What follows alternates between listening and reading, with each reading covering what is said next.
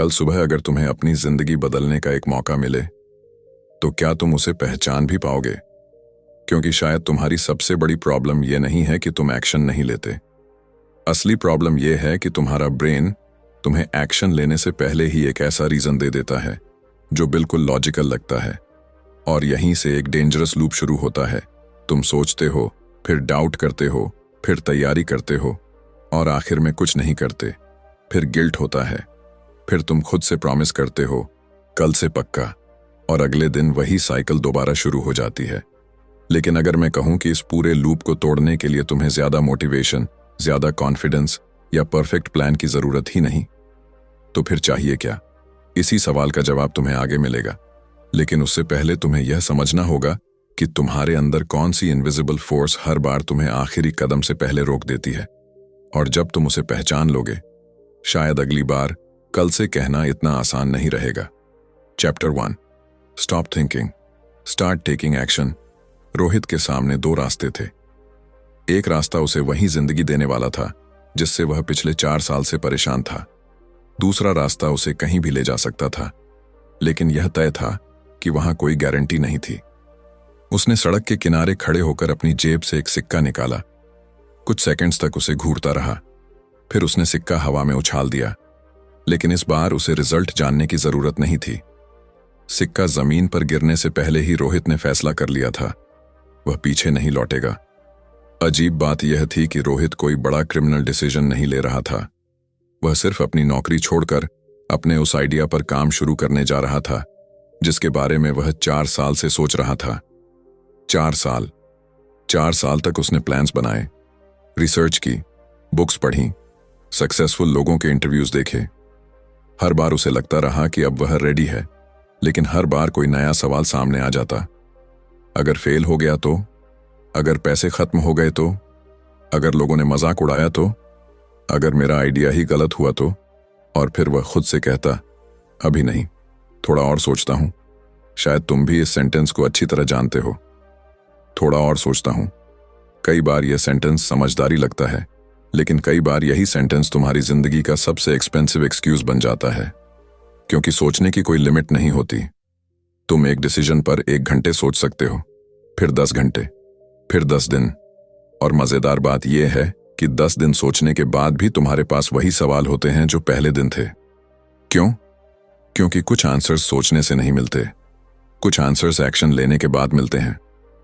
रोहित को अपने आइडिया पर पूरा कॉन्फिडेंस चाहिए था, लेकिन कॉन्फिडेंस उसे मिल नहीं रहा था।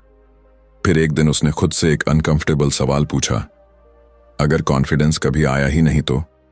उस सवाल ने उसे अंदर तक हिला दिया, क्योंकि शायद वह कॉन्फिडेंस का इंतजार करते करते अपनी पूरी जिंदगी वेट कर सकता था। उसने उसी दिन अपना लैपटॉप खोला, अपने आइडिया का नाम लिखा और पहली बार पूरा बिजनेस बनाने की कोशिश नहीं की। उसने सिर्फ एक छोटा टेस्ट बनाया, एक सिंपल मैसेज, एक पोटेंशियल कस्टमर को भेजना था। मैसेज लिखते समय उसके हाथ सच में कांप रहे थे। उसने लिखा, हाय, मैं एक प्रॉब्लम पर काम कर रहा हूं, क्या मैं आपसे सिर्फ 5 मिनट बात कर सकता हूं? अब बस सेंड दबाना था, लेकिन यहीं दिमाग ने आखिरी हमला किया। रुको, मैसेज थोड़ा बेटर कर लो, पहले प्रोफाइल देख लो, शायद वर्डिंग सही नहीं है। रोहित मुस्कुराया। उसे अचानक समझ आया, वह फिर वहीं कर रहा था। एक्शन से ठीक पहले उसका माइंड उसे एक नया काम दे रहा था ताकि असली काम टल जाए। उसने कोई बदलाव नहीं किया, बस सेंड दबा दिया। कुछ नहीं हुआ, न कोई म्यूजिक बजा, न कोई मिरेकल हुआ। सिर्फ एक छोटा सा मैसेज किसी अजनबी के फोन तक पहुंचा। लेकिन रोहित के अंदर एक बड़ा बदलाव हो चुका था। उसने पहली बार अपने डर से परमिशन नहीं मांगी थी, और यही एक्शन माइंडसेट की शुरुआत है। एक्शन का मतलब यह नहीं कि तुम्हें पूरा रास्ता दिखाई दे। एक्शन का मतलब है कि तुम्हें अगला कदम दिखाई दे और तुम उसे उठा दो। क्योंकि अगर तुम पहले पूरा रास्ता देखने का इंतजार करोगे तो शायद कभी चलना शुरू ही नहीं करोगे। तुम्हें पहले परफेक्ट प्लान नहीं चाहिए, तुम्हें पहला रियल एक्सपेरिमेंट चाहिए। तुम्हें पहले कॉन्फिडेंस नहीं चाहिए, तुम्हें ऐसा एक्शन चाहिए जो कॉन्फिडेंस पैदा करे। तुम्हें पहले मोटिवेशन नहीं चाहिए, तुम्हें शुरुआत करने की विलिंगनेस चाहिए। और धीरे धीरे तुम्हारा ब्रेन सीखता है, मैं कर सकता हूं। अगले दिन रोहित को उस मैसेज का रिप्लाई मिला। सिर्फ 2 शब्द थे, नॉट इंटरेस्टेड। उसने स्क्रीन देखी, कुछ सेकंड्स तक चुप रहा। पुराना रोहित शायद लैपटॉप बंद कर देता, लेकिन इस बार उसने रिजेक्शन को फेलियर नहीं माना। उसने नोटबुक खोली और लिखा। पहला आंसर मिल गया। फिर उसने दूसरा मैसेज भेजा। इस बार भी उसे नहीं पता था कि क्या होगा, लेकिन अब उसे एक चीज पता थी। उसे पूरी जिंदगी का आंसर नहीं चाहिए था, उसे सिर्फ अगला कदम चाहिए था। और शायद तुम्हें भी यही चाहिए, क्योंकि जिस काम को तुम महीनों से टाल रहे हो सकता है उसकी सबसे बड़ी प्रॉब्लम यह नहीं कि वह मुश्किल है। हो सकता है प्रॉब्लम सिर्फ इतनी हो कि तुम उसके बारे में बहुत देर से सोच रहे हो और बहुत कम कर रहे हो। तो आज खुद से यह मत पूछो मैं इसे पूरा कैसे करूं, बस पूछो मैं अभी इसका पहला छोटा कदम क्या उठा सकता हूं। क्योंकि जिंदगी अक्सर एक बड़े डिसीजन से नहीं बदलती, कभी कभी सिर्फ एक छोटा सेंड बटन दबाने से बदलना शुरू होती है। लेकिन रोहित की असली परीक्षा अब भी शुरू भी नहीं हुई थी। पहला कदम उसने उठा लिया था। अब सवाल था, क्या वह तब भी एक्शन लेगा जब डर के साथ साथ मोटिवेशन भी उसका साथ छोड़ देगी? क्योंकि शुरुआत करना आसान है जब अंदर एक्साइटमेंट हो। असली खेल तब शुरू होता है जब मन कहे आज नहीं। Chapter 2, act even when you are afraid. Rohit ने उस रात अपने फोन की स्क्रीन बंद की और पहली बार उसे लगा कि शायद वह जीत नहीं रहा था, बल्कि अपनी जिंदगी का सबसे बड़ा गैम्बल खेल रहा था। सामने टेबल पर 10 छोटे कागज पड़े थे। हर कागज पर एक नाम था, 10 पोटेंशियल कस्टमर्स, 10 चांसेस, और अब तक सिर्फ 2 रिप्लाईज आए थे। पहला था नॉट इंटरेस्टेड, दूसरा उससे भी छोटा था, don't waste my time. Rohit ने दोनों मैसेजेस दोबारा पढ़े। कुछ सेकंड्स तक वह चुप बैठा रहा। फिर उसने तीसरा मैसेज टाइप करना शुरू किया, लेकिन इस बार उसकी उंगलियां कीबोर्ड पर नहीं चल रही थीं। वे रुक गई थीं, क्योंकि अब डर फेलियर का नहीं था। अब डर यह था कि अगर तीसरा भी रिजेक्ट कर देगा तो यहीं इंसान की असली लड़ाई शुरू होती है। पहला रिजेक्शन कई बार इतना दर्द नहीं देता, लेकिन जब रिजेक्शन रिपीट होने लगे तो दिमाग तुम्हें प्रोटेक्ट करने लगता है। वह कहता है बस कर, इतना काफी है, शायद यह तुम्हारे लिए नहीं है, कोई दूसरा रास्ता चुन लो। और सबसे डेंजरस बात, यह आवाज हमेशा डर जैसी नहीं लगती। कई बार यह बहुत समझदार लगती है। तुम इसे लॉजिक समझ लेते हो, लेकिन कई बार लॉजिक के पीछे सिर्फ फियर छिपा होता है। रोहित ने फोन नीचे रखा। वह चेयर से उठा और कमरे में टहलने लगा। उसने खुद से पूछा, मुझे रिजेक्शन से डर लग रहा है या इस बात से कि रिजेक्शन मेरी पुरानी सोच को सही साबित कर देगा? वह रुक गया, क्योंकि जवाब साफ था। उसे डर था कि शायद वह उतना केपेबल नहीं है जितना वह खुद को समझता था। और शायद तुम्हारे साथ भी यही होता है। तुम किसी काम को शुरू करने से इसलिए नहीं डरते कि काम इम्पॉसिबल है। तुम इसलिए डरते हो क्योंकि एक्शन लेने के बाद तुम्हें अपने बारे में सच्चाई पता चल सकती है। शायद तुम उतने टैलेंटेड नहीं हो, शायद तुम्हारी पहली कोशिश खराब होगी, शायद लोग तुम्हें इग्नोर करेंगे, शायद कोई हंसेगा। लेकिन एक सवाल है, अगर तुम कभी कोशिश ही नहीं करोगे तो तुम्हें अपने असली पोटेंशियल का पता कैसे चलेगा? रोहित ने तीसरा मैसेज फिर से खोला। इस बार उसने उसे परफेक्ट बनाने की कोशिश नहीं की, उसने बस सेंड दबा दिया। कुछ देर बाद रिप्लाई आया, ओके, टेल मी मोर। रोहित की आंखें स्क्रीन पर टिक गईं। एक छोटा सा रिप्लाई, लेकिन उसके लिए यह बहुत बड़ा था, क्योंकि कुछ मिनट पहले उसका ब्रेन कह रहा था कि तीसरा रिजेक्शन सब खत्म कर देगा, और रियलिटी ने उसे दिखा दिया। उसका डर भविष्य की प्रेडिक्शन नहीं था, वह सिर्फ एक पॉसिबिलिटी थी। यही समझना बेहद जरूरी है। फियर अक्सर तुम्हें सर्टेनिटी की तरह महसूस होता है। तुम्हें लगता है यह गलत होगा, मैं फेल हो जाऊंगा, लोग रिजेक्ट कर देंगे। लेकिन सच यह है कि तुम भविष्य नहीं देख रहे होते, तुम सिर्फ अपने दिमाग की बनाई हुई कहानी देख रहे होते हो। और उस कहानी को बदलने का सबसे पावरफुल तरीका है एक्शन, क्योंकि एक्शन रियलिटी से जवाब मांगता है। अगर तुम्हें पब्लिक स्पीकिंग से डर लगता है तो पहली बार स्टेज पर जाना अनकंफर्टेबल होगा, लेकिन शायद तुम डिस्कवर करोगे कि ऑडियंस उतनी जजमेंटल नहीं थी जितना तुम्हारा माइंड कह रहा था। अगर तुम्हें बिजनेस शुरू करने से डर लगता है तो पहला कस्टमर शायद मना करेगा, लेकिन शायद दूसरा इंटरेस्टेड हो जाए। अगर तुम्हें वीडियो बनाने से डर लगता है तो पहला वीडियो परफेक्ट नहीं होगा, लेकिन वही पहला वीडियो तुम्हें अगले वीडियो के लिए बेहतर बनाएगा। फियर को सोचते रहने से वह बड़ा होता है। फियर को फेस करने से अक्सर उसकी असली साइज दिखाई देती है। रोहित ने उस रात अपने कमरे की लाइट बंद कर दी, लेकिन सोने से पहले उसने 10 पेपर्स उठाए। उसने उन्हें फाड़ा नहीं, उसने उन पर लिखे नामों को सर्कल किया, क्योंकि अब हर नाम रिजेक्शन का सिंबल नहीं था, हर नाम एक एक्सपेरिमेंट था। और यह छोटी सी मेंटल शिफ्ट बहुत पावरफुल थी। पहले वह सोचता था मुझे लोगों से अप्रूवल चाहिए, अब वह सोच रहा था मुझे रियलिटी से फीडबैक चाहिए। पहले रिजेक्शन उसकी आइडेंटिटी पर अटैक लगता था, अब रिजेक्शन सिर्फ इंफॉर्मेशन था। और यही डिफरेंस तुम्हें इमोशनली मजबूत बनाता है, क्योंकि अगर हर नो तुम्हें तोड़ देता है तो तुम बार बार एक्शन नहीं ले पाओगे। लेकिन अगर तुम नो को सिर्फ एक आंसर की तरह देखना सीख जाओ तो तुम अगले यस तक पहुंच सकते हो। अगले 7 दिनों में रोहित ने कुल 28 लोगों से संपर्क किया। 28 में से 20 ने मना कर दिया, 4 ने रिप्लाई नहीं किया, 3 ने कहा कि आइडिया इंटरेस्टिंग है लेकिन अभी जरूरत नहीं है, और सिर्फ 1 ने कहा चलो इसे टेस्ट करते हैं। अगर रोहित सिर्फ परसेंटेज देखता तो शायद वह कहता मेरी सक्सेस रेट बहुत खराब है, लेकिन उसने कुछ और देखा। पहले वह 0 पर था, अब उसके पास एक रियल अपॉर्चुनिटी थी। और सबसे बड़ी बात, अब वह डर के साथ काम करना सीख रहा था। याद रखो, करेज का मतलब यह नहीं कि तुम्हारे अंदर डर नहीं होगा। करेज का मतलब है डर मौजूद हो, फिर भी तुम्हारा डिसीजन डर के हाथ में ना हो। तुम नर्वस हो सकते हो और फिर भी बोल सकते हो। तुम अनसर्टन हो सकते हो और फिर भी शुरुआत कर सकते हो। तुम रिजेक्ट हो सकते हो और फिर भी दोबारा कोशिश कर सकते हो। तुम्हें फियरलेस बनने की जरूरत नहीं है, तुम्हें फियर के साथ चलना सीखना है। रोहित को लगा था कि अब वह इस डर को समझ चुका है, लेकिन अगले सोमवार सुबह उसे एक ऐसा फोन कॉल आने वाला था जो उसकी पूरी जर्नी को एक नए लेवल पर ले जाने वाला था। फोन बजा, अननोन नंबर। रोहित ने स्क्रीन देखी, उसका हाथ कॉल रिसीव करने के लिए आगे बढ़ा, फिर रुक गया। उसे अचानक एहसास हुआ ये वही पुराना मोमेंट था, वही हेजिटेशन, वही डर। लेकिन इस बार एक फर्क था।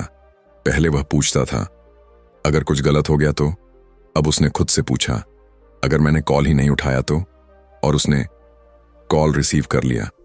लेकिन दूसरी तरफ जो आवाज थी, उसने सिर्फ एक सेंटेंस कहा, रोहित, तुम्हारे आइडिया में प्रॉब्लम है और अगर तुमने इसे समझ लिया तो शायद तुम्हारी पूरी डायरेक्शन बदल सकती है।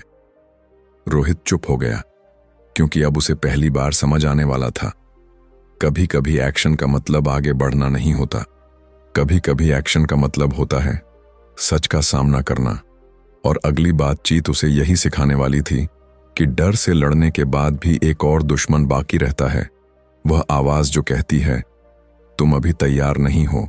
Chapter 3, stop waiting for the perfect time. Rohit के सामने उस दिन एक ऐसा मौका था जिसका वह 4 साल से इंतजार कर रहा था। लेकिन जैसे ही वह मौका उसके सामने आया, उसके हाथ में पकड़ा फोन भारी लगने लगा। दूसरी तरफ एक इन्वेस्टर था जो उसके आइडिया को सुनना चाहता था। सिर्फ 10 मिनट की कॉल थी, 10 मिनट जिनके लिए रोहित ने सालों तक तैयारी की थी। लेकिन कॉल शुरू होने से 5 मिनट पहले उसके दिमाग ने फुसफुसाया, तुम अभी रेडी नहीं हो। रोहित ने अपनी प्रेजेंटेशन खोली। एक स्लाइड में छोटा सा डिजाइन एरर था, दूसरी स्लाइड उसे थोड़ी वीक लग रही थी। उसने सोचा आज कैंसिल कर देता हूं, 2 दिन बाद बेटर प्रेजेंटेशन के साथ बात करूंगा। यही वह मोमेंट था जहां बहुत से लोग अपना फ्यूचर खो देते हैं। वे फेलियर से नहीं हारते, वे परफेक्शन के इंतजार में हार जाते हैं। रोहित ने स्क्रीन को देखा और अचानक उसे अपनी पुरानी जिंदगी याद आ गई। हर बार उसने यही किया था। जब तक परफेक्ट प्लान नहीं मिला, उसने स्टार्ट नहीं किया। जब तक परफेक्ट कॉन्फिडेंस नहीं आया, उसने कोशिश नहीं की। जब तक उसे पूरा भरोसा नहीं हुआ कि रिजल्ट अच्छा होगा, उसने रिस्क नहीं लिया। लेकिन परफेक्ट टाइम की सबसे बड़ी प्रॉब्लम यही है, वह आता नहीं है। तुम सोचते हो जब पैसे होंगे तब शुरू करूंगा, फिर पैसे आते हैं और कोई दूसरी प्रॉब्लम सामने आ जाती है। जब टाइम मिलेगा तब, टाइम मिलता है लेकिन एनर्जी नहीं होती। जब कॉन्फिडेंस आएगा तब, कॉन्फिडेंस का इंतजार करते करते अपॉर्चुनिटी निकल जाती है। रोहित ने लैपटॉप बंद किया। कुछ सेकंड्स तक वह शांत बैठा रहा। फिर उसने खुद से पूछा, अगर मेरी तैयारी सिर्फ 70% है तो क्या बाकी 30% मैं रास्ते में सीख सकता हूं? यही सवाल उसे बचा गया। उसने कॉल उठाई। पहले 2 मिनट उसकी आवाज थोड़ी नर्वस थी। तीसरे मिनट में इन्वेस्टर ने एक डिफिकल्ट क्वेश्चन पूछा। रोहित को उसका एग्जैक्ट आंसर नहीं पता था। पुराना रोहित शायद वहीं पैनिक कर जाता, लेकिन इस बार उसने कहा, ऑनेस्टली मुझे इसका एग्जैक्ट आंसर अभी नहीं पता, लेकिन मैं इसे चेक करके आपको बताऊंगा। कॉल खत्म हुई। इन्वेस्टर ने कोई बड़ा प्रॉमिस नहीं किया, कोई डील नहीं हुई, लेकिन रोहित ने उस दिन कुछ ज्यादा इंपॉर्टेंट जीता। उसने परफेक्शन का डर तोड़ दिया, क्योंकि परफेक्ट होने की कोशिश में तुम मिस्टेक से बच सकते हो, लेकिन ग्रोथ से भी बच जाते हो। पहली वीडियो परफेक्ट नहीं होगी, पहला बिजनेस परफेक्ट नहीं होगा, पहली प्रेजेंटेशन परफेक्ट नहीं होगी, पहला डिसीजन भी गलत हो सकता है, लेकिन इम्परफेक्ट एक्शन तुम्हें फीडबैक देता है, फीडबैक तुम्हें इंप्रूवमेंट देता है, और इंप्रूवमेंट धीरे धीरे एक्सेलेंस में बदलती है। याद रखो, तुम्हें शुरुआत करने के लिए परफेक्ट होने की जरूरत नहीं है। तुम्हें सिर्फ इतना साहस चाहिए कि तुम कह सको, मैं अभी पूरी तरह रेडी नहीं हूं, फिर भी मैं शुरू करूंगा। क्योंकि कई बार रास्ता तुम्हारे सामने पहले से नहीं होता, तुम चलते हो और रास्ता बनता जाता है। उस रात रोहित ने अपनी नोटबुक में एक लाइन लिखी, done is better than perfect. लेकिन अगली सुबह उसे पता चला कि परफेक्शन के बाद भी एक और चीज उसका इंतजार कर रही थी। उसका प्रोजेक्ट अब शुरू हो चुका था, लेकिन एक्साइटमेंट धीरे धीरे खत्म हो रही थी। और पहली बार रोहित को महसूस हुआ, अगर मोटिवेशन चली गई तो क्या मैं फिर भी काम करता रहूंगा? यही सवाल उसकी अगली परीक्षा बनने वाला था। Chapter 4, stop waiting for motivation. सुबह के 5:26 थे। रोहित की आंखें खुलीं, लेकिन वह बिस्तर से नहीं उठा। फोन उसके सिरहाने रखा था। अलार्म बंद हो चुका था। कमरे में पूरी तरह शांति थी। बाहर अंधेरा था और अंदर उसके दिमाग में सिर्फ एक बात चल रही थी, आज नहीं। पिछले 3 चैप्टर्स में रोहित ने डर के बावजूद एक्शन लिया था। उसने रिजेक्शन झेला था, उसने इम्परफेक्ट शुरुआत स्वीकार की थी, लेकिन अब एक बिल्कुल अलग प्रॉब्लम उसके सामने थी। इस बार उसे डर नहीं लग रहा था, कोई रिजेक्शन नहीं मिला था, कोई मुश्किल सिचुएशन नहीं थी, बस उसका मन नहीं था। और यही प्रॉब्लम ज्यादा डेंजरस थी, क्योंकि डर के सामने तुम जानते हो कि तुम लड़ रहे हो, लेकिन जब मोटिवेशन गायब हो जाती है तो तुम्हें लगता है कि शायद आज आराम करना सही है। रोहित ने फोन उठाया, सोशल मीडिया खोला, एक वीडियो, फिर दूसरा, फिर तीसरा। सिर्फ 10 मिनट के लिए फोन उठाया था, लेकिन 45 मिनट गुजर चुके थे। उसने घड़ी देखी, 6:11। उसने खुद से कहा, आज थोड़ा रेस्ट कर लेता हूं, कल डबल काम कर लूंगा। और शायद यही सेंटेंस तुम्हारी जिंदगी में भी कई बार आया होगा, कल कर लेंगे। लेकिन प्रॉब्लम यह है कि कल कभी अकेला नहीं आता। आज का काम कल जाता है, कल का काम अगले दिन, फिर वर्कलोड बढ़ता है, फिर गिल्ट आता है, फिर मोटिवेशन और कम हो जाती है, और धीरे धीरे तुम्हें लगता है कि तुम डिसिप्लिन्ड इंसान ही नहीं हो। रोहित भी इसी लूप में फंसने वाला था, लेकिन तभी उसकी नजर डेस्क पर रखे एक छोटे कागज पर पड़ी। उस पर उसने कई दिन पहले लिखा था, जब मन करेगा तब काम करना आसान होगा। असली सवाल है, जब मन नहीं करेगा तब क्या करोगे? रोहित कुछ सेकंड्स तक उस सेंटेंस को देखता रहा, फिर उसने फोन नीचे रखा। उसने खुद से कहा, मुझे आज पूरा प्रोजेक्ट नहीं करना, सिर्फ 10 मिनट, बस 10 मिनट। उसने लैपटॉप खोला। पहले 5 मिनट मुश्किल लगे।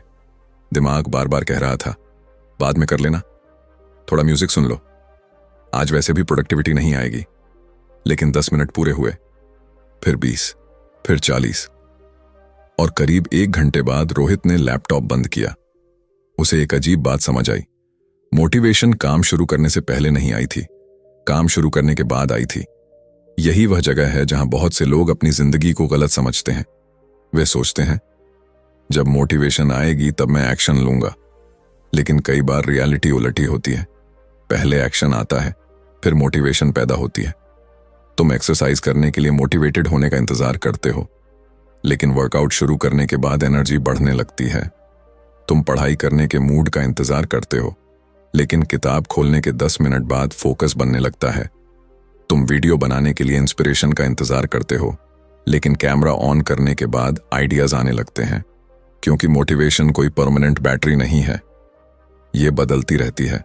आज तुम एक्साइटेड हो सकते हो, कल एग्जॉस्टेड। आज तुम्हें अपना गोल बहुत इंपॉर्टेंट लग सकता है, कल वही गोल बोरिंग लग सकता है। अगर तुम्हारी प्रोग्रेस सिर्फ मोटिवेशन पर डिपेंड करती है, तो तुम्हारी जिंदगी भी मूड के हिसाब से ऊपर नीचे होती रहेगी। यही डिसिप्लिन की जरूरत आती है। डिसिप्लिन का मतलब यह नहीं कि तुम हर दिन खुद को फोर्स करके 10 घंटे काम करो। डिसिप्लिन का मतलब है तुम अपने फ्यूचर को अपने करंट मूड से ज्यादा इंपॉर्टेंट मानो। रोहित ने अपने लिए एक छोटा रूल बनाया। अगर किसी दिन वह पूरा काम नहीं कर सकता तो मिनिमम वर्जन जरूर करेगा। अगर पूरा वर्कआउट नहीं होगा तो 10 मिनट चलेगा। अगर पूरा आर्टिकल नहीं लिख पाएगा तो एक पैराग्राफ लिखेगा। अगर पूरा प्रोजेक्ट नहीं कर पाएगा तो सिर्फ एक टास्क पूरा करेगा, क्योंकि उसका लक्ष्य अब परफेक्ट डे बनाना नहीं था। उसका लक्ष्य था चेन को टूटने नहीं देना। और यही छोटी कंसिस्टेंसी धीरे धीरे उसकी पहचान बदलने लगी। पहले वह कहता था, मैं मोटिवेटेड नहीं हूं। अब वह कहता था, मोटिवेशन नहीं है, लेकिन मैं फिर भी शुरू कर सकता हूं। यह एक छोटा सेंटेंस लगता है, लेकिन यही सोच इंसान को अलग बना देती है, क्योंकि जिंदगी में तुम्हें हर दिन एक्स्ट्राऑर्डिनरी महसूस नहीं होगा। कुछ दिन बोरिंग होंगे, कुछ दिन भारी होंगे, कुछ दिन तुम्हारा मन बिल्कुल नहीं करेगा, और कुछ दिन ऐसे होंगे जब तुम्हें लगेगा कि तुम्हारी मेहनत का कोई रिजल्ट ही नहीं मिल रहा। लेकिन अगर तुम सिर्फ अच्छे दिनों में एक्शन लेते हो, तो तुम अपने गोल्स को अच्छे दिनों की मर्जी पर छोड़ देते हो। असली प्रोग्रेस उन दिनों में बनती है जब कोई अपलॉज नहीं होता, जब कोई तुम्हें देख नहीं रहा होता, जब कोई तुम्हें मोटिवेट नहीं कर रहा होता, जब तुम्हारे पास सिर्फ तुम हो और तुम्हारा डिसीजन।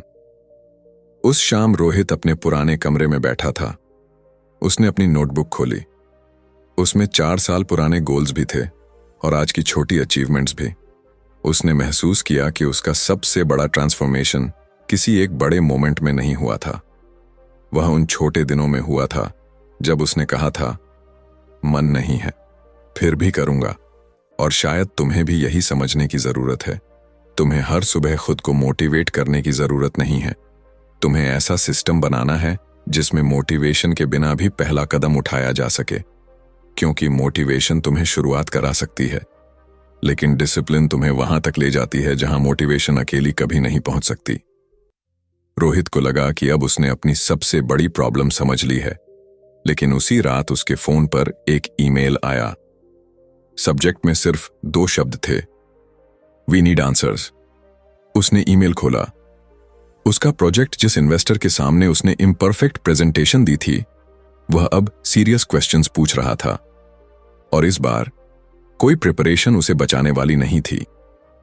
रोहित को फैसला करना था, वह प्रेशर में टूटेगा या प्रेशर के अंदर भी एक्शन लेगा, क्योंकि अब उसकी मोटिवेशन की नहीं, उसकी कंसिस्टेंसी की असली परीक्षा शुरू होने वाली थी। Chapter 5, turn failure into feedback. Rohit ने ईमेल खोला और उसकी उंगलियां कीबोर्ड पर जम गईं। सामने इन्वेस्टर के 7 सवाल थे, एक से ज्यादा डिफिकल्ट। कुछ सवाल ऐसे थे जिनका जवाब रोहित ने कभी सोचा ही नहीं था। उसने मेल को 2 बार पढ़ा, फिर तीसरी बार। हर बार उसका कॉन्फिडेंस थोड़ा और नीचे जाता गया। सबसे नीचे एक लाइन लिखी थी, अगर इन सवालों के क्लियर आंसर्स नहीं हैं, तो हमें आगे बढ़ने का कोई रीजन नहीं दिखता। रोहित ने लैपटॉप बंद कर दिया। कमरे में अचानक बहुत शांति हो गई। कुछ सेकंड्स तक वह चेयर पर बैठा रहा। फिर उसके अंदर वही पुरानी आवाज वापस आई, शायद मैंने गलती कर दी, शायद मैं इसके लिए बना ही नहीं हूं, 4 साल पहले ही छोड़ देना चाहिए था। और फिर सबसे डेंजरस थॉट आया, शायद अब रुक जाना चाहिए। यही इंसान और उसकी फेलियर की असली लड़ाई शुरू होती है। फेलियर सिर्फ तुम्हें नुकसान नहीं पहुंचाता, कई बार वह तुम्हें तुम्हारे बारे में एक कहानी सुनाता है। तुम कैपेबल नहीं हो, तुम दूसरों जितने स्मार्ट नहीं हो, तुमसे नहीं होगा। और अगर तुमने उस कहानी पर विश्वास कर लिया, तो एक फेलियर सिर्फ एक इवेंट नहीं रहता, वह तुम्हारी आइडेंटिटी बन जाता है। रोहित ने लैपटॉप फिर खोला। उसने इन्वेस्टर के सवालों को एक एक करके पढ़ना शुरू किया। पहला सवाल, कस्टमर कौन है? उसने जवाब लिखा। दूसरा, लोग तुम्हारा सॉल्यूशन क्यों खरीदेंगे? वह रुक गया, उसे पता नहीं था। तीसरा, तुम्हारे कंपेटिटर कौन है? इसका भी जवाब इनकम्प्लीट था। रोहित को अचानक एहसास हुआ, इन्वेस्टर ने उसका सपना रिजेक्ट नहीं किया था, उसने उसकी तैयारी की कमजोरियां दिखाई थीं, और यह फर्क बहुत बड़ा था। फेलियर का मतलब हमेशा तुम खराब हो नहीं होता। कई बार फेलियर सिर्फ यह कहता है, यह तरीका काम नहीं कर रहा, दूसरा तरीका खोजो। याद रखो, अगर तुम हर फेलियर को अपने कैरेक्टर का वर्डिक्ट बना दोगे तो तुम अगली कोशिश करने से डरोगे, लेकिन अगर तुम उसे डेटा की तरह देखोगे तो फेलियर तुम्हारा टीचर बन सकता है। रोहित ने उसी रात एक नया डॉक्यूमेंट खोला। उसका नाम रखा What Went Wrong, लेकिन इस बार उसने खुद को ब्लेम नहीं किया। उसने सिर्फ सच लिखा, कहाँ असम्पशन गलत था, कहाँ उसने कस्टमर को ठीक से समझा नहीं, कहाँ उसने प्रिपरेशन कम की, कहाँ उसने अपनी फीलिंग्स को फैक्ट्स समझ लिया। और फिर एक अजीब चीज हुई। जिस फेलियर ने कुछ घंटे पहले उसे छोटा महसूस कराया था, वही फेलियर अब उसे डायरेक्शन देने लगा। उसे पता चल गया कि अगला कदम क्या है। अगले 7 दिनों तक रोहित ने लगभग 20 लोगों से बात की। वह उन्हें अपना प्रोडक्ट बेचने नहीं गया, वह सिर्फ सुनने गया। आपकी सबसे बड़ी प्रॉब्लम क्या है? आप अभी इसे कैसे सॉल्व करते हैं? आपको किस चीज से सबसे ज्यादा फ्रस्ट्रेशन होती है? हर कॉन्वर्सेशन के साथ उसकी अंडरस्टैंडिंग बदलती गई। उसे पता चला कि जिस प्रॉब्लम को वह सबसे इंपॉर्टेंट समझ रहा था, कस्टमर्स के लिए वह सबसे बड़ी प्रॉब्लम थी ही नहीं। उसने अपने प्रोडक्ट की डायरेक्शन बदल दी। पहले उसे लगता था कि उसका आइडिया फेल हो गया, अब उसे समझ आया, शायद पहली बार आइडिया सही डायरेक्शन में जा रहा था। यही एक्शन की असली पावर है। अगर रोहित उस ईमेल के बाद क्विट कर देता तो उसे कभी पता नहीं चलता कि उसकी मिस्टेक कहाँ थी, लेकिन उसने फेलियर से भागने के बजाय उसे खोलकर देखा। और जब तुम फेलियर को खोलकर देखते हो तो उसके अंदर अक्सर एक लेसन छिपा होता है। हाँ, हर फेलियर में सक्सेस की गारंटी नहीं होती। हर मिस्टेक ऑटोमेटिकली तुम्हें सक्सेसफुल नहीं बनाएगी। अगर तुम एक ही गलती बार बार दोहराते रहो तो वह लर्निंग नहीं है। लर्निंग तब शुरू होती है जब तुम रुककर पूछते हो, मैंने क्या गलत किया? मैंने क्या अस्यूम किया था? रियलिटी ने मुझे क्या दिखाया? अब मुझे क्या बदलना चाहिए? यही क्वेश्चंस फेलियर को फीडबैक में बदलते हैं। कुछ दिनों बाद रोहित ने इन्वेस्टर को दोबारा ईमेल किया। इस बार उसके पास सिर्फ आंसर्स नहीं थे, उसके पास रियल कॉन्वर्सेशंस थीं, रियल फीडबैक था और एक बदला हुआ प्रोडक्ट था। उसने मेल भेज दिया। इस बार रिप्लाई आने में सिर्फ कुछ मिनट्स लगे। रोहित ने स्क्रीन खोली। उसके सामने सिर्फ एक लाइन थी, लेट्स टॉक टुमारो। रोहित कुछ सेकंड्स तक बिल्कुल शांत रहा। उसने कोई सेलिब्रेशन नहीं किया, क्योंकि अब उसे एक बात समझ आ चुकी थी। सक्सेस का मतलब यह नहीं कि फेलियर खत्म हो गया। सक्सेस का मतलब है कि फेलियर अब तुम्हें रोक नहीं रहा। और शायद यही सबसे पावरफुल शिफ्ट है। जब तुम गिरते हो तो सवाल यह नहीं होना चाहिए कि मैं क्यों गिरा। सवाल होना चाहिए, अब मैं उठकर क्या अलग करूंगा? क्योंकि जिंदगी में तुम्हें रिजेक्शन मिलेगा, गलत डिसीजंस होंगे, प्लान्स फेल होंगे, लोग मना करेंगे, कभी तुम्हारी मेहनत का रिजल्ट नहीं मिलेगा। लेकिन तुम्हारी असली शक्ति इस बात में नहीं है कि तुम्हारे साथ क्या हुआ। तुम्हारी शक्ति इस बात में है कि तुम उसके बाद क्या करते हो। उस रात रोहित ने अपना लैपटॉप बंद किया, लेकिन जैसे ही वह उठने वाला था, फोन पर एक नया नोटिफिकेशन आया। इस बार मैसेज इन्वेस्टर का नहीं था, एक कस्टमर का था। सिर्फ एक सेंटेंस, रोहित, तुम्हारा नया वर्जन पहले वाले से बेहतर है, लेकिन मुझे अभी भी एक प्रॉब्लम दिख रही है। रोहित मुस्कुराया। पहले यह मैसेज उसे फिर से परेशान कर देता, लेकिन अब नहीं। उसने फोन उठाया और जवाब लिखा, बताइए, मैं सुन रहा हूं। क्योंकि अब वह फेलियर से बचना नहीं चाहता था, वह उससे सीखना चाहता था। लेकिन अगली प्रॉब्लम यह थी कि अगर हर बार कोई नया प्रॉब्लम सामने आता रहा तो क्या रोहित लगातार अपने प्लान बदलता रहेगा, या एक पॉइंट पर उसे फैसला करना होगा कि अब सीखना बंद करके पूरी ताकत से एग्जीक्यूट करना है। यही अगला मोड़ उसकी जर्नी को सिर्फ एक्शन से उठाकर कंसिस्टेंसी तक ले जाने वाला था। Chapter 6, make action your identity. सुबह 7:08 पर रोहित ने लैपटॉप खोला और पहली बार उसके सामने कोई प्रॉब्लम नहीं थी। सामने सिर्फ एक ब्लैंक स्क्रीन थी। उसका प्रोडक्ट तैयार था, इन्वेस्टर से बात हो चुकी थी, कुछ कस्टमर्स मिल चुके थे, कई फेलियर्स आ चुके थे, बहुत कुछ सीख लिया था। अब उसे सिर्फ एक डिसीजन लेना था, क्या वह सच में इस जिंदगी को अपना बनाएगा या फिर वापस अपनी पुरानी जिंदगी में चला जाएगा। यही सबसे खतरनाक मोमेंट था, क्योंकि जब इंसान संघर्ष में होता है तब उसके पास एक्शन लेने की वजह होती है, लेकिन जब चीजें थोड़ी ठीक होने लगती हैं तब कंफर्ट वापस आ जाता है। रोहित ने चेयर पर बैठकर अपनी पुरानी नोटबुक खोली। पहले पेज पर लिखा था, एक दिन मैं अपना काम शुरू करूंगा। उसने अगला पेज खोला, जब कॉन्फिडेंस आएगा तब शुरू करूंगा। फिर अगला, जब सही टाइम मिलेगा तब शुरू करूंगा। और फिर एक आखिरी पेज जिस पर सिर्फ एक सेंटेंस था, मैं ऐसा इंसान बनना चाहता हूं जो अपने फैसलों पर एक्शन लेता है। रोहित कुछ देर उस सेंटेंस को देखता रहा। फिर उसे समझ आया कि असली बदलाव बिजनेस में नहीं हुआ था, असली बदलाव उसके अंदर हुआ था। पहले वह एक्शन लेने की कोशिश करता था, अब एक्शन उसकी आइडेंटिटी बन चुका था। और यही फर्क बहुत बड़ा है। जब तुम कहते हो मुझे एक्सरसाइज करनी चाहिए, तो एक्सरसाइज एक टास्क है, लेकिन जब तुम कहते हो मैं अपने शरीर का ध्यान रखने वाला इंसान हूं, तो तुम्हारा बिहेवियर बदलने लगता है।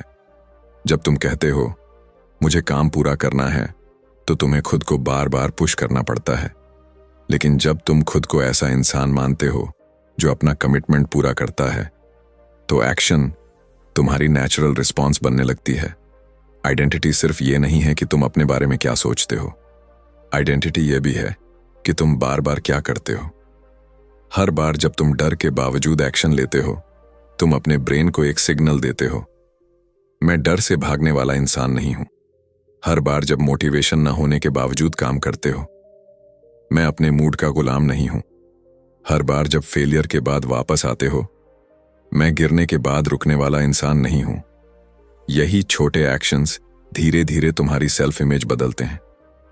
रोहित को अब कोई मैजिक मोटिवेशन नहीं चाहिए थी। उसे पता था कि कुछ दिन खराब होंगे, कुछ डिसीजंस गलत होंगे, कुछ लोग रिजेक्ट करेंगे, कुछ प्लान्स फेल होंगे, लेकिन अब उसकी आइडेंटिटी रिजल्ट पर डिपेंड नहीं करती थी। वह यह नहीं कहता था मैं सक्सेसफुल हूं इसलिए मैं एक्शन लेता हूं। वह कहता था मैं एक्शन लेता हूं इसलिए मैं हर दिन बेहतर बनने की दिशा में हूं। और शायद यही सबसे पावरफुल माइंडसेट है, क्योंकि अगर तुम्हारी आइडेंटिटी सिर्फ सक्सेस से जुड़ी है तो फेलियर आते ही तुम टूट जाओगे। लेकिन अगर तुम्हारी आइडेंटिटी एक्शन से जुड़ी है तो फेलियर सिर्फ रास्ते का हिस्सा बन जाता है। उस दिन रोहित के सामने आखिरी डिसीजन था। इन्वेस्टर ने उसे कहा था, अब तुम्हारे पास दो ऑप्शंस हैं, या तो इसे छोटा रखो और सेफ खेलो, या इसे सीरियसली बिल्ड करो और पता नहीं कहां तक जा सकते हो। यह सुनकर रोहित चुप हो गया। पहले वाला रोहित शायद गारंटी मांगता, मार्केट एनालिसिस करता, 10 लोगों से ओपिनियन लेता, फिर डिसीजन अगले हफ्ते के लिए टाल देता। लेकिन अब वह बदल चुका था। उसने पूछा, अगर मैं इसे सीरियसली बिल्ड करूं तो पहला कदम क्या होगा? इन्वेस्टर मुस्कुराया। यही जवाब था। उसे पूरी जर्नी नहीं चाहिए थी, उसे सिर्फ अगला कदम चाहिए था। रोहित ने अपना डिसीजन लिया और उस मोमेंट में उसे समझ आया कि एक्शन माइंडसेट का अंतिम मतलब हमेशा तेज भागना नहीं है। कभी कभी इसका मतलब है अनसर्टेनिटी के बीच भी डिसीजन लेना, कभी इसका मतलब है रुककर सीखना, कभी पीछे हटकर स्ट्रैटेजी बदलना, कभी फिर से शुरुआत करना। लेकिन एक चीज नहीं बदलनी चाहिए, तुम्हारी विलिंगनेस टू मूव फॉरवर्ड। शाम को रोहित उसी सड़क पर चला जहां से उसने महीनों पहले अपनी जर्नी शुरू की थी। वही सड़क, वही बिल्डिंग्स, वही ट्रैफिक। लेकिन इस बार वह खुद को पहचान नहीं पा रहा था, क्योंकि कुछ महीनों पहले वह हर कदम से पहले सोचता था, अगर गलत हो गया तो? अब वह सोचता था, अगर नहीं किया तो? यही एक सवाल उसकी पूरी जिंदगी बदल चुका था। और शायद अब यह सवाल तुम्हारे सामने भी है। तुम्हें परफेक्ट लाइफ नहीं चाहिए, तुम्हें परफेक्ट कॉन्फिडेंस नहीं चाहिए, तुम्हें यह गारंटी भी नहीं चाहिए कि तुम्हारा हर डिसीजन सही होगा। तुम्हें सिर्फ इतना तय करना है कि जब डर आएगा तुम फिर भी मूव करोगे, जब मोटिवेशन जाएगी तुम फिर भी शुरू करोगे, जब फेलियर आएगा तुम उससे सीखोगे, और जब रास्ता अनक्लियर होगा तुम अगला कदम खोजोगे। क्योंकि अंत में एक्शन माइंडसेट कोई टेक्निक नहीं है जिसे कुछ दिनों तक फॉलो करके छोड़ दिया जाए। ये एक आइडेंटिटी है, एक ऐसी पहचान जिसमें तुम खुद को उस इंसान के रूप में देखना शुरू करते हो जो सोचता जरूर है लेकिन सिर्फ सोचकर रुकता नहीं, जो डरता जरूर है लेकिन डर को ड्राइवर नहीं बनने देता, जो गिरता जरूर है लेकिन वहीं घर नहीं बना लेता। और शायद जिंदगी का सबसे बड़ा बदलाव उस दिन शुरू होता है जब तुम खुद से यह कहना बंद कर देते हो, मुझे एक्शन लेना चाहिए, और इसकी जगह कहते हो, मैं एक्शन लेने वाला इंसान हूं। उस रात रोहित ने अपनी पुरानी नोटबुक बंद की। उसने आखिरी पेज पर सिर्फ एक सेंटेंस लिखा, अब मुझे खुद को बदलना नहीं है, मुझे हर दिन अपने नए वर्जन को प्रूव करना है। फिर उसने पेन रख दिया। लेकिन कहानी वहीं खत्म नहीं हुई, क्योंकि अब उसके सामने सबसे बड़ा सवाल था, क्या यह माइंडसेट सिर्फ उसकी अपनी जिंदगी बदलने तक सीमित रहेगा, या वह इसे उन लोगों तक भी पहुंचा पाएगा जो अभी भी अपने डर, एक्सक्यूजेस और ओवरथिंकिंग के अंदर फंसे हुए हैं। और शायद यही वह सवाल है जो तुम्हें भी अपनी जिंदगी में लेकर चलना है, क्योंकि अब बारी रोहित की नहीं है, अब बारी तुम्हारी है।